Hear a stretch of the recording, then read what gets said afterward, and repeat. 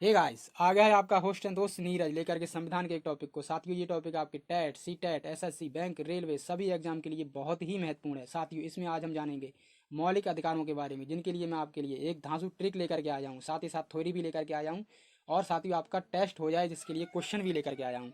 साथियों, ये क्वेश्चन आपके प्रीवियस ईयर के भी हैं और बहुत ही महत्वपूर्ण हैं। ठीक है, तो साथियों चलते हैं और देखते हैं। इससे पहले साथियों क्या है, आप सभी भावी शिक्षकों का हमारे यूट्यूब चैनल पर स्वागत अभिनंदन है। देखते हैं और वीडियो को शुरू करते हैं। साथियों, इससे पहले आपसे रिक्वेस्ट है कि वीडियो पसंद आए तो लाइक करें, शेयर करें, और साथियों चैनल के लिए सब्सक्राइब कर लें। यदि आप पहली बार विजिट कर रहे हैं तो चैनल के लिए सब्सक्राइब करके बेल बटन को भी दबा दें। ठीक है, देखते हैं साथियों सबसे पहले क्या है, तो मूल अधिकारों के लिए हम देखने वाले हैं। ठीक है, तो मूल अधिकारों को कौन से देश से लिया गया है, ये प्रश्न आता है, तो कौन सा आता है आपका आंसर, अमेरिका। ठीक है, अमेरिका आपका आंसर आता है। अब साथियों मैं आपको बताऊं कि आप याद कैसे रखेंगे कि अमेरिका से लिया गया है मूल अधिकारों को। साथियों आप देखिए, मूल अधिकार क्या है, तो मानव जाति की ताकत, पावर। ठीक है, पावर क्या है, मूल अधिकार है। ठीक है, मानव की क्या है, पावर। किसी भी देश में मूल अधिकार उस व्यक्ति की सबसे बड़ी ताकत होती है। ठीक है, अब पावरफुल देश कौन सा है, तो अमेरिका। यानी पावर किसमें है, तो मूल अधिकारों में। पावरफुल देश कौन सा है, तो अमेरिका। यानी पावर कौन दे सकता है, तो अमेरिका। ठीक है, तो आप इसके लिए रिलेट करेंगे और आपको याद हो जाएगा। ठीक है, अब आगे देखते हैं कि मूल अधिकार संविधान के कौन से भाग में हैं। ठीक है, तो भाग 3 में है। साथियों मुझे उम्मीद है कि आप पेन और पेपर के लिए लेकर के बैठे होंगे, जिससे आप जो है जो भी फैक्ट मैं आपको यहाँ पर बता रहा हूँ उन्हें आप जो नोट कर लेंगे। बाकी जो पीडीएफ फॉर्मेट में भी मिल जाएगा आपके लिए, हमारे टेलीग्राम चैनल के लिए ज्वाइन कर लें, लिंक डिस्क्रिप्शन में है। ठीक है, और आप जो है नोट भी कर लें, क्योंकि नोट करा हुआ साथियों अपने हाथ का सबसे ज़्यादा हमें प्रभावित करता है और हमें याद रहता है। ठीक है, तो हमने देखा कि मूल अधिकार कौन से भाग में है, तो भाग 3 में है। ठीक है, और साथियों क्या है कि कहाँ से कहाँ तक है मूल अधिकार, तो आर्टिकल 12 से लेकर के 35 तक। ठीक है, 12 से लेकर के 35 तक क्या है, मूल अधिकार। और इनके लिए बोला जाता है साथियों मैग्ना कार्टा। इनके लिए क्या बोला जाता है, मैग्ना कार्टा। जो हमारे 12 से लेकर के 35 तक के मूल अधिकार हैं, इनके लिए मैग्ना कार्टा बोला जाता है। ठीक है, तो आगे आप देख रहे हैं साथियों क्या है कि सबसे पहले देखते हैं हम अनुच्छेद 12 को।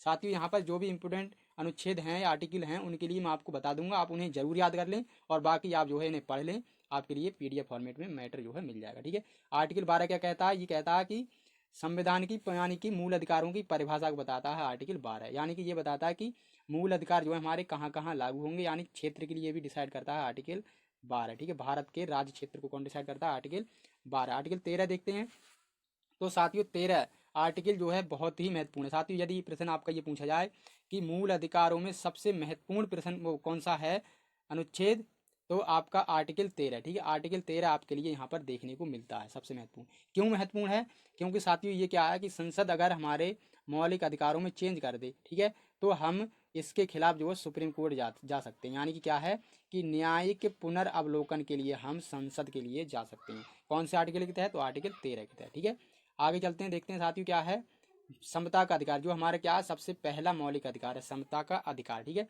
इसमें साथियों क्या है, तो इसमें आर्टिकल 14 से लेकर के 18 तक के आर्टिकल इसमें आते हैं, कुल 5 आर्टिकल किसमें, समता के अधिकार में। ठीक है, आर्टिकल 14 सबसे पहला आर्टिकल है, इसका क्या कहता है कि विधि के समक्ष समता, यानी कि विधि के समक्ष सभी लोग एक समान होंगे। ठीक है, इंपॉर्टेंट है, आप इसे याद कर लें। ठीक है, यानी कानून की नज़र में सभी लोग एक जैसे होंगे। ठीक है, 15 आर्टिकल क्या कहता है कि धर्म, मूलवंश, जाति, लिंग या फिर जन्म स्थान के आधार पर किसी में भी जो है कोई प्रतिबंध नहीं होगा। यानी क्या साथियों क्या है कि यदि कोई व्यक्ति कहीं पर भी जा सकता है, यानी कि उसे मंदिर मस्जिद में रोक यानी जाने से नहीं रोका जाएगा। जैसे कि यदि यानी कि सभी जो है तीर्थ स्थल वगैरह सभी के लिए, सभी धर्मों के लिए खुले रहेंगे, आर्टिकल 15 कहता है। ठीक है, आर्टिकल 16 क्या कहता है कि लोक नियोजन के विषय में समान अवसर। ठीक है, लोक नियोजन के विषय में समान अवसर। अब चलते हैं आर्टिकल 17 पर, जो कि महत्वपूर्ण है। ठीक है, क्या कहता है, ये छुआछूत के लिए दूर करता है ना, छुआछूत के लिए कौन दूर करता है, तो आर्टिकल 17। ठीक है, 18 आर्टिकल भी इंपॉर्टेंट है, आप इसे भी याद कर लें, उपाधियों का अंत करता है।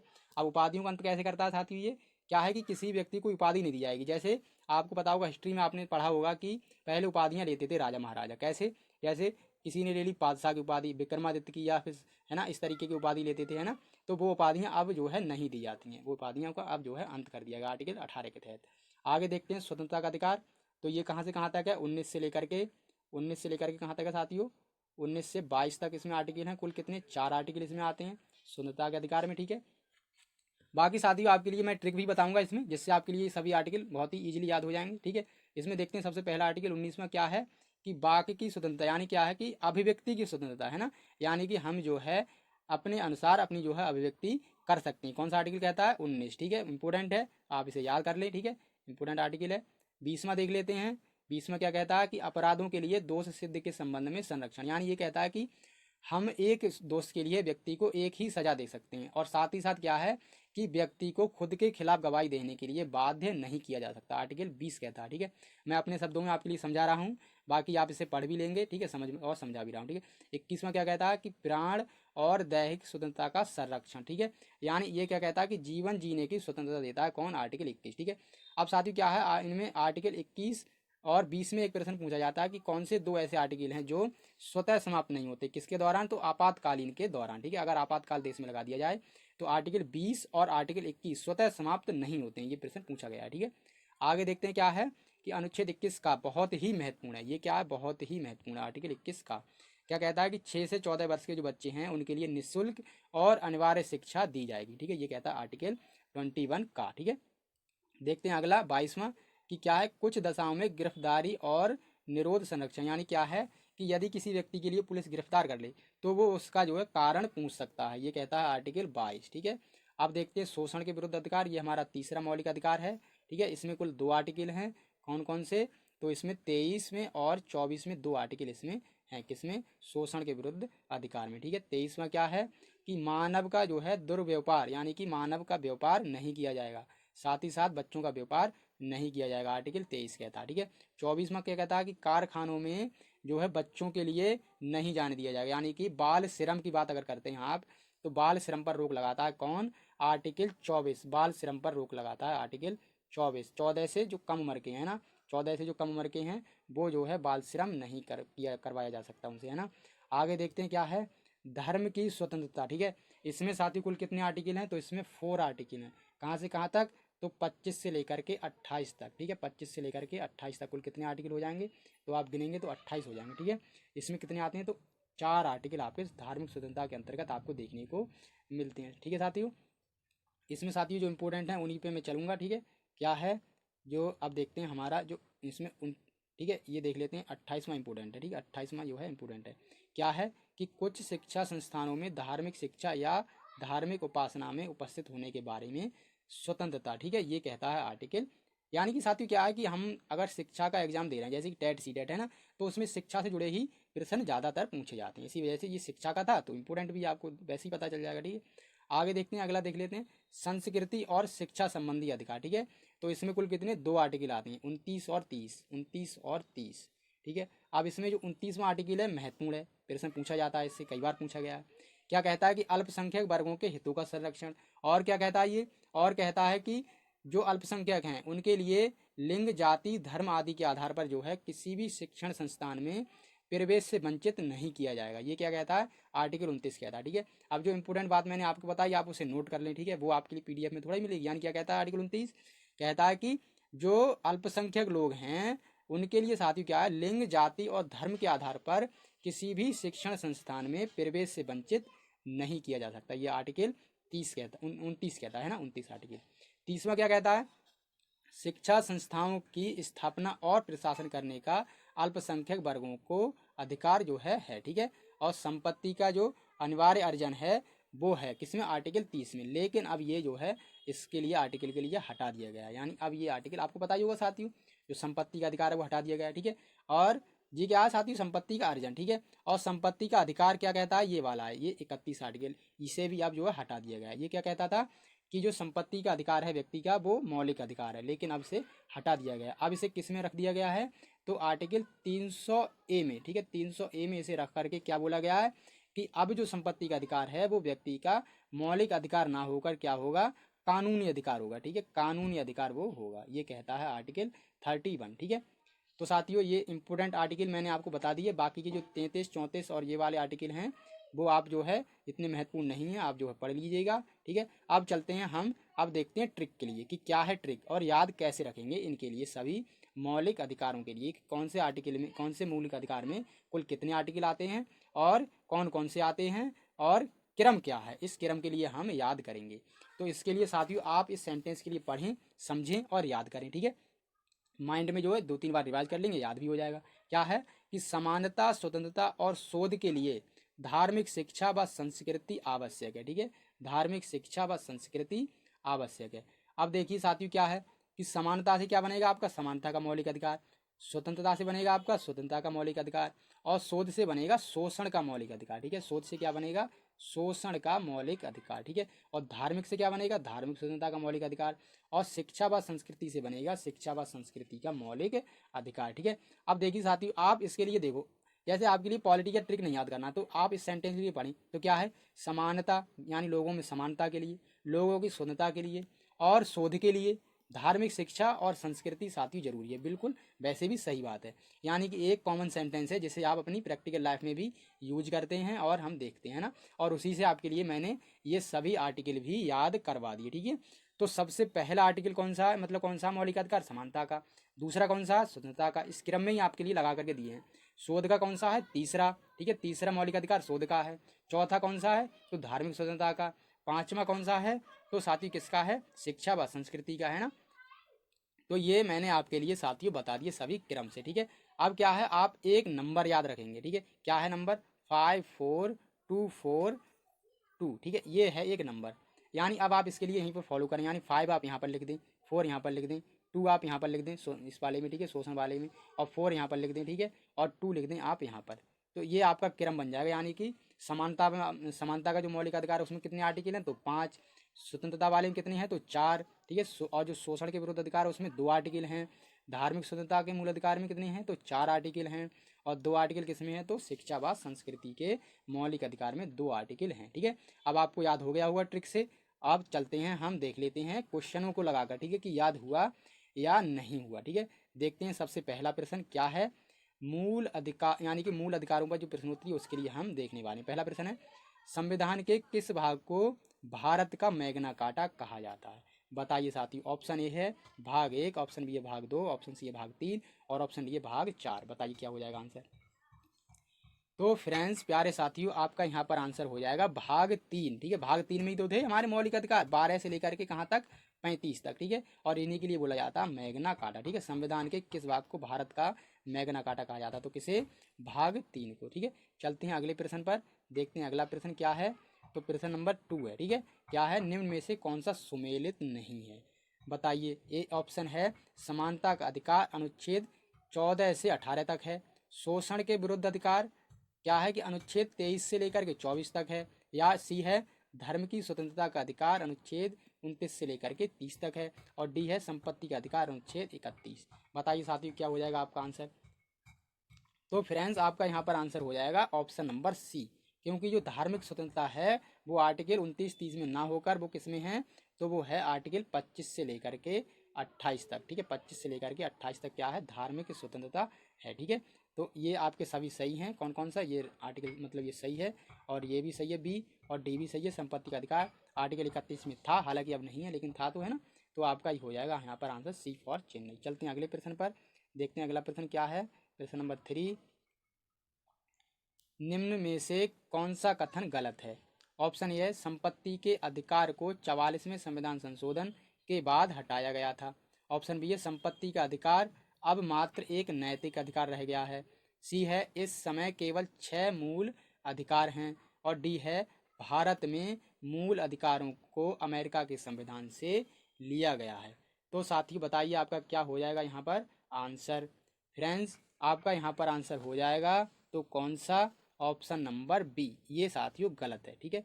ये गलत और गलत ही हमें चूज करना है।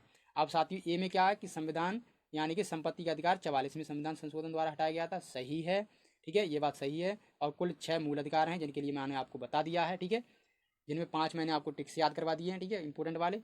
और भारत के मूल अधिकार को जो कहाँ से लिया गया है, तो अमेरिका से, पावर से हमने याद करा था, ठीक है। चलते हैं अगले प्रश्न पर, प्रश्न नंबर 4 देखते हैं क्या है।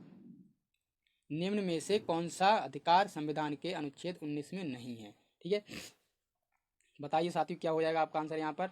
ऑप्शन ए है वाक एवं अभिव्यक्ति की स्वतंत्रता, और बी है संघ बनाने का अधिकार, सी है कोई भी वृत्ति व्यापार या कारोबार करने का अधिकार, और डी है उपाधियों का अंत, ठीक है। बताइए साथियों आपको याद है कि उपाधियों का अंत कौन से में था, तो उपाधियों का अंत था साथियों आर्टिकल 18 में, और ये पूछ रहा है आर्टिकल 19 में नहीं है, ठीक है। तो यही क्या है कि आर्टिकल 19 में नहीं है क्योंकि ये है 18 में, यानी डी आपका आंसर यहाँ पर हो जाएगा, ठीक है। देखा, यानी थोड़ा सा याद करा, थोड़े से याद करने से आपको पूरा प्रश्न आपका सही हो गया, ठीक है। चलते हैं अगले प्रश्न पर क्या है। अनुच्छेद 18 के अंतर्गत निम्न में से कौन सी उपाधि एक भारतीय द्वारा धारित जो है नहीं की जा सकती? ऑप्शन ए है दीवान बहादुर, बी है पद्मश्री, और सी है पद्म भूषण, और डी है भारत रत्न। अब साथियों आपको पता होगा, यानी आप ये बताइए कि भारत में कौन सा पुरस्कार नहीं दिया जाता। आप ये बताइए, आप फटाफट आंसर जो लगा देंगे। तो क्या है कि दीवान बहादुर का कोई भी ये जो है नहीं दिया जाता है ना।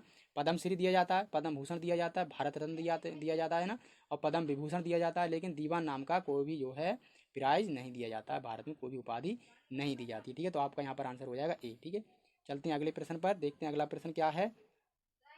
निम्न में से कौन सा कार्य अनुच्छेद 17 के अंतर्गत छुआछूत माना जाता है? ठीक है, छुआछूत माना जाता है। क्या है? ऑप्शन ए है धार्मिक दार्शनिक आधार पर छुआछूत को सही ठहराना, बी है किसी व्यक्ति को समान बिक्री या सेवाएं देने से रोकना, सी है किसी व्यक्ति को सार्वजनिक स्थल पर प्रवेश से रोकना, और डी है उपरोक्त सभी। तो साथियों क्या है कि सार्वजनिक स्थल से अगर किसी व्यक्ति को रोकोगे तो छुआछूत माना जाएगा। सही है। ठीक है, व्यक्ति की क्या है जो सामान है उसका बिक्री पर रोक लगाओगे तो वो छुआछूत माना जाएगा। ठीक है, और क्या है कि धार्मिक या फिर दार्शनिक आधार पर छुआछूत को सही ठहराओगे तो वो भी छुआछूत माना जाएगा। यानी कि आपका यहाँ पर आंसर हो जाने वाला है डी। ठीक है, डी फॉर डेनमार्क। चलते हैं साथियों अगले प्रश्न पर। क्या है? प्रश्न नंबर 7 देख लेते हैं। शिक्षा का अधिकार किस उम्र के बच्चों के लिए बनाया गया है? ऑप्शन ए है 5 से 10 वर्ष, ऑप्शन बी क्या है 6 से 14 वर्ष, और सी क्या है 6 से 12 वर्ष, और डी क्या है 18 से 16 वर्ष। तो साथियों सबसे इंपॉर्टेंट जो कई बार शिक्षक भर्ती में पूछा गया है, तो क्या हो जाएगा आपका यहाँ पर आंसर? यहाँ पर फ्रेंड्स आपका आंसर हो जाएगा बी, यानी 6 से 14 साल के जो बच्चे हैं उनके लिए साथियों क्या है कि शिक्षा का मूल अधिकार दिया गया है कि उन्हें निःशुल्क और अनिवार्य शिक्षा दी जाएगी। ठीक है, देखते हैं अगला प्रश्न, प्रश्न नंबर 8 क्या है? निम्न में से कौन सा असत्य है? निम्न में से कौन सा असत्य है? साथियों ये 10 प्रश्न नहीं है, वास्तव में मैं कितने प्रश्न करा दूंगा यहाँ पर, यानी 10 तो गिनती है केवल, लेकिन मैं आपके लिए 10 की जगह ये कम से कम 30 प्रश्नों का ज्ञान मैं आपको यहाँ पर देने वाला हूँ, है ना। तो देखते हैं क्या है। ऑप्शन ए अनुच्छेद 21 का संबंध शिक्षा के अधिकार से है, और बी है शिक्षा का अधिकार अधिनियम को 2008 में संसद ने पास किया था, सी है 6 से 14 वर्ष तक के बच्चों को दी जाती है कौन सी अनिवार्य शिक्षा, है ना, और डी क्या है शिक्षा का अधिकार अधिनियम 86 में संविधान संशोधन को पास कर बनाया गया था। तो साथियों इसमें गलत आपके लिए देखना है, तो गलत कौन सा है साथियों इसमें बताइए क्या हो जाएगा आपका आंसर। फ्रेंड्स यहाँ पर आपका आंसर हो जाएगा बी, बी फॉर बॉम्बे। ठीक है, क्योंकि ये 2008 की जगह किसमें 2009 में पास किया गया था। ठीक है, शिक्षा का अधिकार अधिनियम। ठीक है, बी आपका यहाँ पर आंसर हो जाएगा। चलते हैं साथियों अगले प्रश्न पर, देखते हैं अगला प्रश्न क्या है। प्रश्न नंबर 9, निम्न में से कौन से मूल अधिकार राष्ट्रीय आपातकाल के दौरान स्वतः समाप्त नहीं होते? बताइए साथियों, मैंने आपको जब भी बताया था। ऑप्शन ए है 19 और 20, बी है अनुच्छेद 29 और 30, और सी है अनुच्छेद 20 और 21, और डी है अनुच्छेद 25 और 28। तो साथियों कौन से थे आर्टिकल? आर्टिकल थे साथियों 20 और 21। ठीक है, ये आर्टिकल क्या हैं? ये स्वतः समाप्त नहीं होते हैं। ठीक है, ये आपके लिए मैंने बताया था, यानी आपातकाल अगर लगाया जाता है तो आर्टिकल 20 और 21 स्वतः समाप्त नहीं होते हैं। साथियों चलते हैं अगले प्रश्न पर, जो कि हमारी आज की वीडियो का आखिरी प्रश्न है। ठीक है, क्या है? अनुच्छेद 25 का संबंध किससे है? ठीक है, अनुच्छेद 25 का संबंध किससे है? धर्म की वृद्धि के लिए प्रयास की स्वतंत्रता। ठीक है, बी है किसी धर्म को प्रचारित करने हेतु कर से छूट, और सी है बाल श्रम है एवं अवैध मानव व्यापार के विरुद्ध प्रतिषेध। ठीक है, और डी है प्राण एवं दैहिक स्वतंत्रता का संरक्षण। तो साथ ही इसमें किससे है 25वां? तो आपको पता होगा 25 से लेकर के 28 तक क्या थे? तो धार्मिक स्वतंत्रता थी। ठीक है, तो आपका यहाँ पर आंसर हो जाएगा ए। ठीक है, तो साथियों उम्मीद करते हैं कि आपको यहाँ पर काफ़ी कुछ जानने को मिला होगा। साथियों ज़रूर बताइएगा कि आपके जो है 10 में से कितने सही गए हैं। ठीक है, और बाकी आपके जो है याद भी कर लीजिएगा इनके लिए, और साथियों बने रहिए हमारे साथ में। और साथियों क्या है कि आपको पता होगा नीट की जो एग्ज़ाम डेट है वो निर्धारित हो चुकी है, यानी कि नीट की जो डेट है एग्ज़ाम वो आ चुकी है। इसका मतलब ये है कि आपका सीटेट का एग्ज़ाम हो जाएगा, है ना। और इसकी डेट कब आई है? तो जुलाई में ही इसकी डेट आपकी जो है आई है। ठीक है, जुलाई में आई है डेट इसकी नीट की। ठीक है, तो क्या है साथियों अब जुलाई से एग्ज़ाम शुरू होने वाले हैं, और जुलाई में ही है सीटेट का एग्ज़ाम, तो उसके लिए आप तैयार रहिए और तैयारी करते रहिए। मिलते हैं साथियों अगली वीडियो में, तब तक के लिए मुझे नीरज को इजाज़त दीजिए। धन्यवाद साथियों।